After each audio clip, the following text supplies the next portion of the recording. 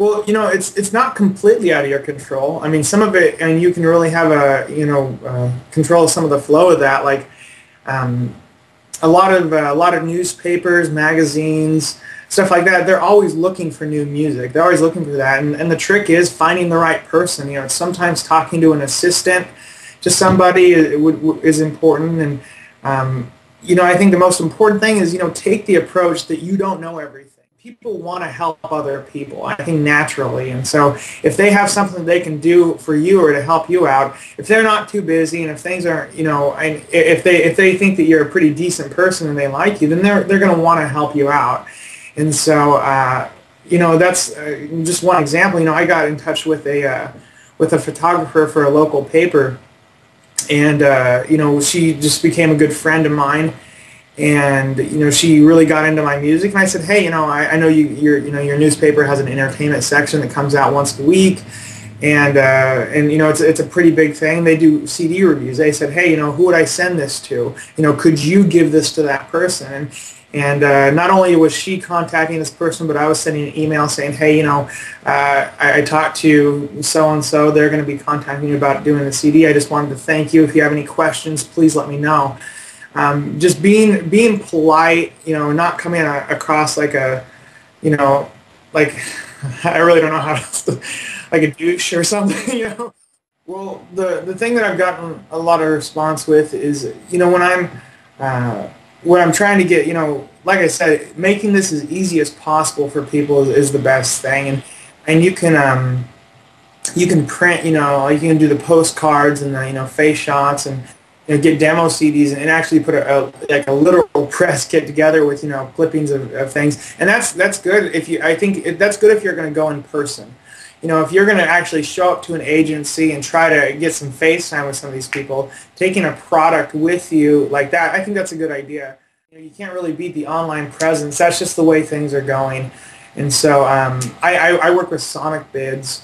And so, I just have my sonicbids.com/Rob Cox Music. And, that's kind of like, that's the site that I send to, managers, because they can actually download the full song. And, otherwise I'll just send out my website. Like I said, Facebook, MySpace, those are really good and important. And there's a lot of different, music websites that you can actually put a profile on.